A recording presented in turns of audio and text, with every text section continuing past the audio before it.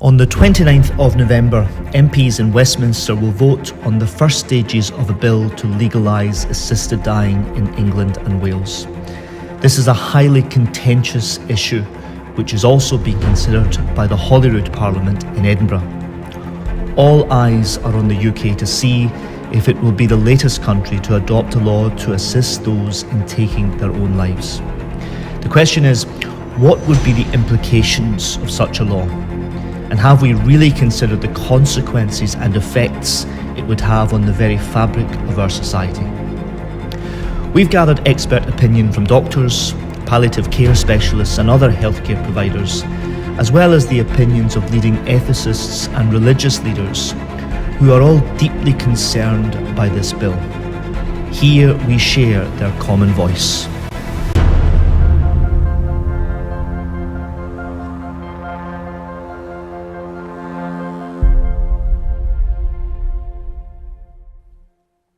Today's debate about assisted dying often comes packaged in the way of many things these days, centred around human rights. So, do I have the right to take my own life? But you know, behind the notion of human rights is a much deeper notion of human dignity. Rights are bestowed on somebody by a law. Dignity is innate within the human person. Dignity can only be recognised or ignored, but it's not in the gift of a government or a state to grant dignity to somebody. So when we go through the issues to do with assisted dying or assisted suicide, we've got to keep a firm grasp on the notion of dignity given to a person by a creator, and then that's how we live. What is the reasons that people are seeking assisted suicide or euthanasia? Because the way this is sold is that people are dying painful deaths and this is just about being compassionate and allowing people not to have a painful death. But actually, when you look at the statistics, we find that the real reasons that people are seeking this has got very little to do with pain or even fear of pain. There's one view that says compassion is just allowing someone to die, to end it all. If their suffering is too great, to end it all for them, to end it all for us. But we think that's the wrong idea of compassion, because compassion literally means to suffer with, to carry the cross with another person. And so we would say the humane understanding of compassion is to bear someone's suffering if they're old, they're elderly, they're sick, they're dying, to be with them, to accompany them right to the very end. Nobody knows what day is going to be your last day.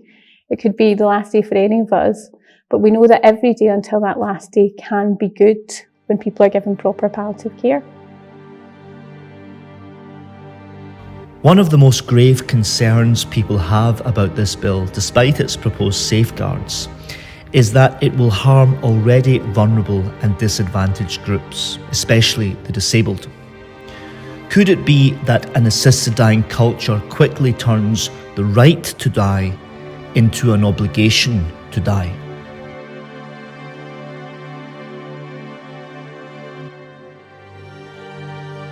There's an awful lot of people who are not as articulate, not as empowered in their lives, people, whether they be disabled, whether they just be people who are poor, whether they be people who are elderly or living alone. These are the vulnerable people who will be put at risk from this legislation. People who are receiving care are often vulnerable to feeling that they're a burden. It's an understandable reaction, but it does make people more vulnerable. The groups who become most vulnerable, of course, are disabled people, which is why so many disabled people throughout the United Kingdom, people like my good friend Baroness Tanni Gray-Thompson, the Paralympic athlete, people like Liz Carr, the actor, people like Baroness Jane Campbell, who speaks in Parliament through an oxygen mask. The reason why they are also passionately opposed to this change is they say it'll be people like them who'll be told their lives aren't worth living and they would be better off dead. We don't want to live in that kind of country. What we have seen in the hospice community is that many people might have a transient suicidal thought, perhaps a thought that they just can't go on, or they can't cope, they can't manage, or that it's a burden on their family and friends and they don't want that. But what we have found is that many people change their minds, and there is a period of adjustment, and they come to terms with the new reality, the new way that they can live. It's not always easy, but it's a different way, and that we can support them at that time rather than giving them the means to take their own life. For many people, the most compelling argument opposing assisted suicide is found in the experience of other places. Assisted dying and assisted suicide have been legal in several countries and jurisdictions around the world, and in each place, strict laws governing the practice have eased over time.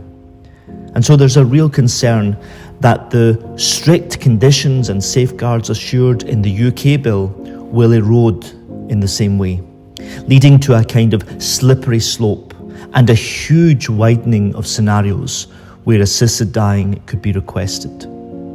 The continuous liberalisation of assisted dying in other places forecasts what's likely to take place here, and this is a huge concern to many. One of my biggest misgivings about this legislation throughout is that safeguards don't work. You only have to see what's happened in Holland and Belgium and Canada and other jurisdictions that have introduced these changes. The safeguards are not worth the paper on which they're written. We're hugely concerned about developments, for example, in Canada, where we found that what was proposed as a tightly drawn bill, as this is suggested to be, has actually been extended really quickly. So the thing about assisted suicide or euthanasia is that the numbers really depend on how permissive the legislation is. So if you take Canada, for example, which passed the law in 2016, very quickly the numbers increased. So you have about 1,000 in the first 6 months. Last year it was probably over 15,000 people who had what they call a medically assisted in dying death, which is mainly euthanasia. 99.9% of them are euthanasia deaths. Now, originally the law said that you had to have a type of a terminal illness. Now, it didn't define it. It said that your natural death had to be reasonably foreseeable. But then in 2021, the government struck that out of the law.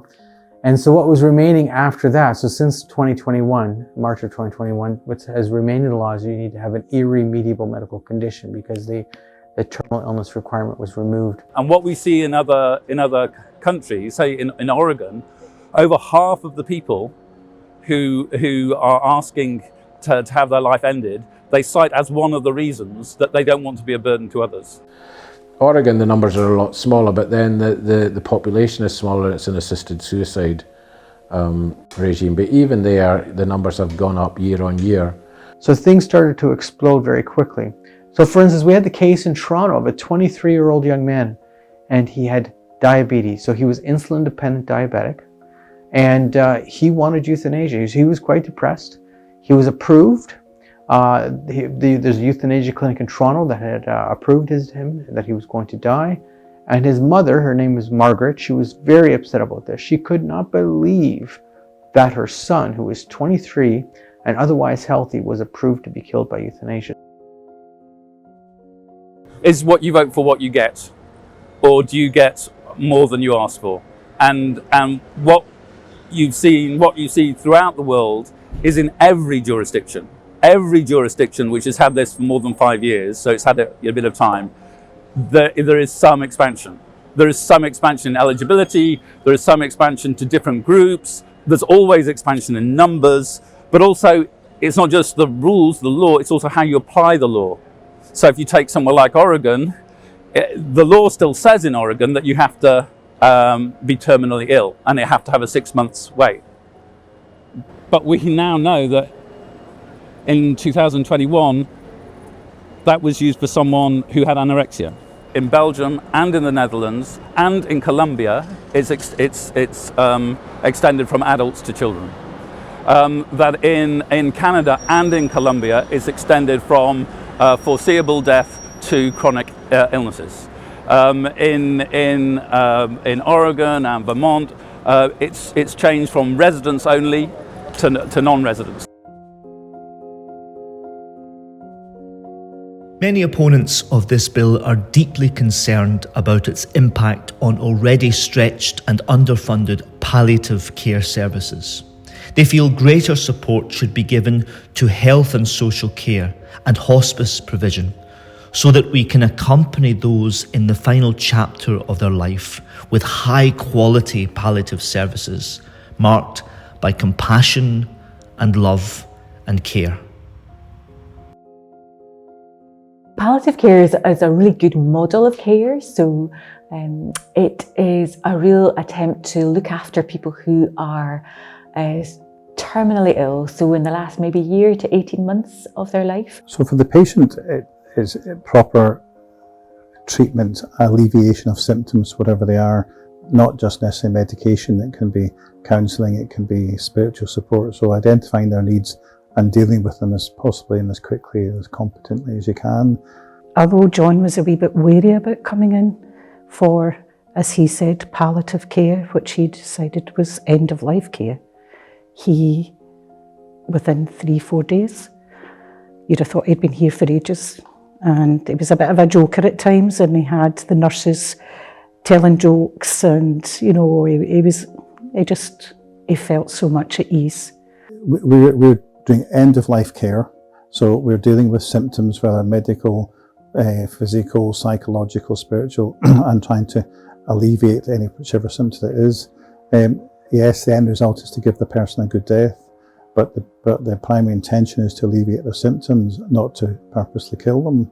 So the situation is that the model is a really good model of care, but the difficulty is that not everyone has access to that care. But there's a much wider need for general palliative care advice out in the community, and the majority of people, certainly over half, will die at home, but there's no reason why there couldn't be good quality palliative care by district nurses, GPs, practice teams, and with support from consultants if required. If we had the correct funding, we could provide our services to everybody living with a life-limiting illness, but unfortunately the government are not yet funding palliative care services the way they should.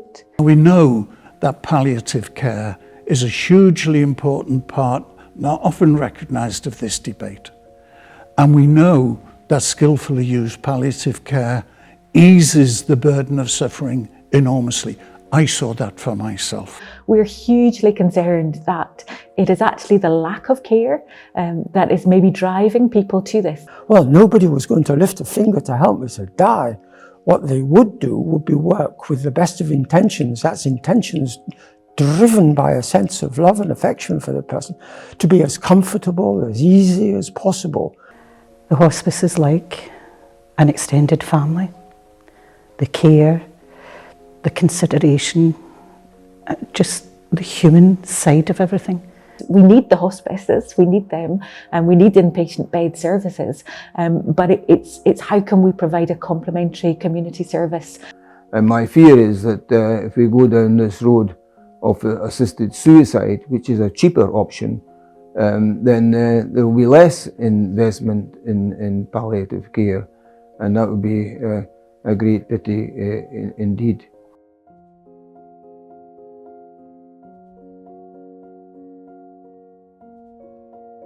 It's clear that assisted dying is a highly divisive moral issue. Adopting a new law which would allow an individual to be helped to effectively commit suicide changes everything. It changes the role of doctors who have pledged to do no harm. It rewrites the very idea of healthcare, and it disturbs the moral foundations on which society is built. As human beings, we rely on each other to do no harm and to respect the unique dignity of every human person. This has always included supporting each other in the journey from life to natural death. Is this the moment when all this changes forever, for ourselves, for our children and our grandchildren? You might open the door, but then somebody else is going to open it wider. You don't have control of what happens in 10 years' time. You don't have control of that. It's other people who have control of that. You have control now about whether we start down this line. But this line This is a train that goes all the way to the station. Once you get on this train, it's going to go, you're not going to be talking about small changes. You're going to be talking about what's happening in Canada or what's happening in the Netherlands or Belgium. Look at where the train goes, not just where we start. And that's something that really politicians need to take responsibility for what will happen, what is likely to happen in the future. And we can see it, it's not just speculative, we can see it in other countries. One of my biggest misgivings about this legislation throughout is that safeguards don't work. You only have to see what's happened in Holland and Belgium and Canada and other jurisdictions that have introduced these changes. We should be careful what we wish for, because even though this bill will be framed with considerable safeguards, we know from around the world where other nations have enacted this kind of legal right to die, that it's expanded. Those safeguards slip away, and all sorts of reasons are used in other countries why a person may take up the right to die, because they're in a very profound depression, because even they're struggling with anorexia. There are all sorts of accounts which are very disturbing. So please do take some action and write to your MPs. Engage in debate, engage with people.